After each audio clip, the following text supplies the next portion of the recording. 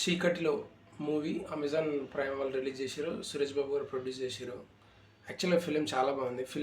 Cinema main concept వచ్చేసి ఒక ఒక వరుస రేపులు జరుగుతున్న వ్యక్తిని ఒక పాడ్కాస్ట్ చేస్తున్న ఒక పర్సన్ తను రియల్ టైం అంటే ఫేక్ న్యూస్ కాకుండా ఒక రియల్ క్రైమ్ సీన్ కానీ రియల్ జరిగిన ఇన్సిడెంట్ మాత్రమే ఎక్స్ప్లెయిన్ చేసి చెప్పాలి అనే ఉద్దేశంతో ఉన్న ఒక పోడ్కాస్ట్, ఆల్మోస్ట్ ఒక జర్నలిస్ట్ అనుకోవచ్చు.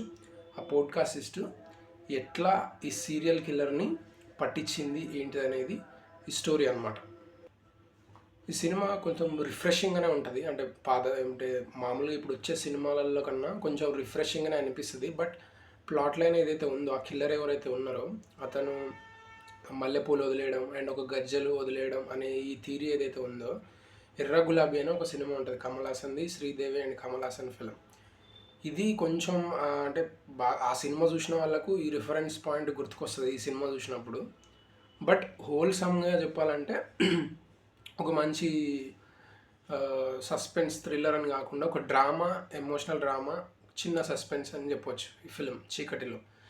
చీకటిలో ఎందుకు పెట్టారంటే ఆ కిల్లర్ అనేటోడు చీకటిలోనే ఇవన్నీ చేస్తుంటాడు అనమాట. రేప్స్ అవ్వచ్చు, మర్డర్స్ అవ్వచ్చు. సో దీన్ని శోభిత గారు నిజంగా హానెస్ట్ పర్ఫార్మెన్సెస్ ఉన్నాయి. అంటే ఎక్కడ కూడా ఓవర్ డ్రామటైజ్డ్ సీన్స్ కానీ ఇవన్నీ ఏమి ఉండవు. అంటే చాలా యూనిక్గా పర్ఫార్మెన్స్ వైజ్గా అయితే చాలా యూనిక్గా వెళ్తుంది సినిమా.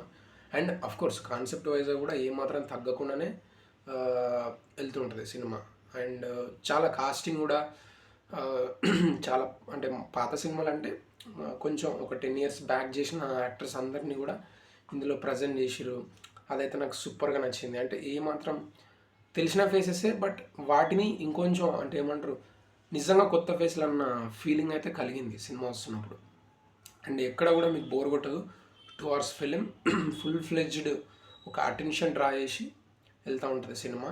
బట్ హోల్సమ్గా చెప్పాలంటే it's very good suspense thriller అని చెప్పవచ్చు. అంతకుమించి ఏం చెప్పలేము.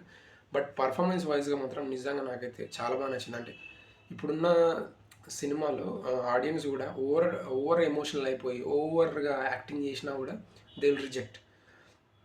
అది శోభిత గారు కరెక్ట్గా దాన్ని ఇన్వాల్వ్ చేసారు ఈ సినిమాలో. అది నాకు నిజంగా చాలా బాగా నచ్చింది. అండ్ డాక్టర్ సురేష్ బాబు గారు అయితే అసలు ఇక సురేష్ బాబు గారు మాత్రం అసలు ఎక్సలెంట్.